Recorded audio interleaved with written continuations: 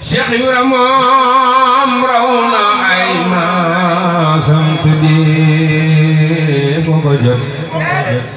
ndax Sëriñ Bamba ko sem fi mu raw yaaram bi naam faalaw inna suyuuxa wal bishooxi mal ñooy say jaraaf ga di seef yaaram bi naam faalaw siwal mbakiinahum saadatuna abadan nga xam ne doo ñoom te du yow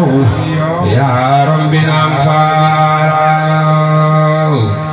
jamiu jiilika fi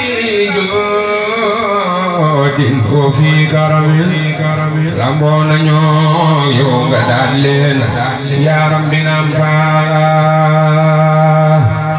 kullu sawaadina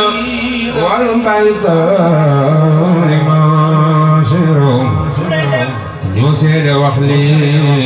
ci yow yaaram bi naam faalaw wa baabu baytika maftuuhun li xaasidi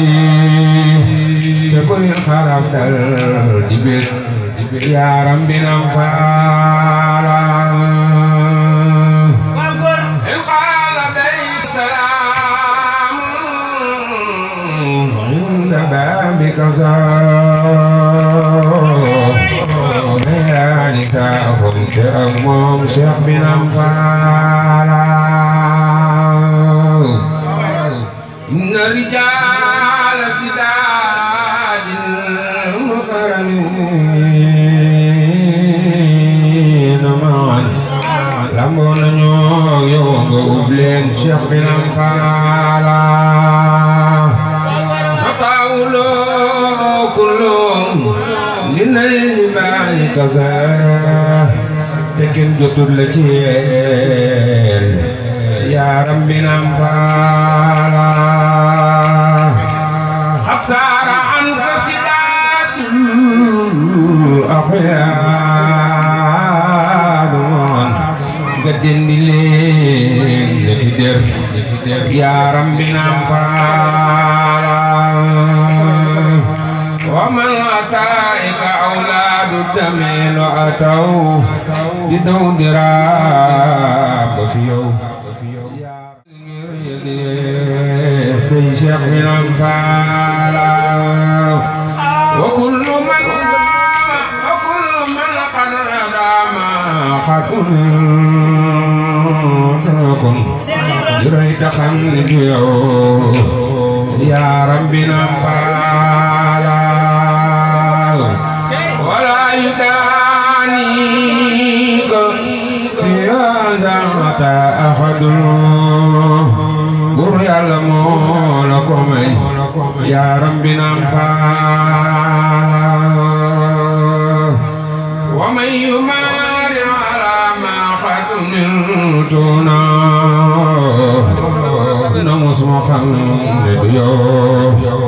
yaaram bi naam faalaw inal wujuuda jamii'an fi xilaatoo di déglu tey sa ndigal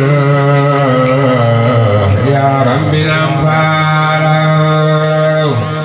wala yuxaalifu amran man amartum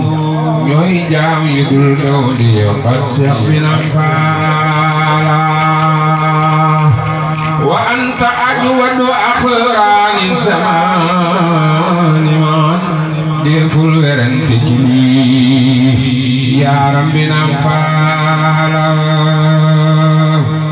ahlul hawaa'ij daa'oo wala samiina bukaa fi ku del si dayre Cheikh bi naam faalaw lakal wilaayatu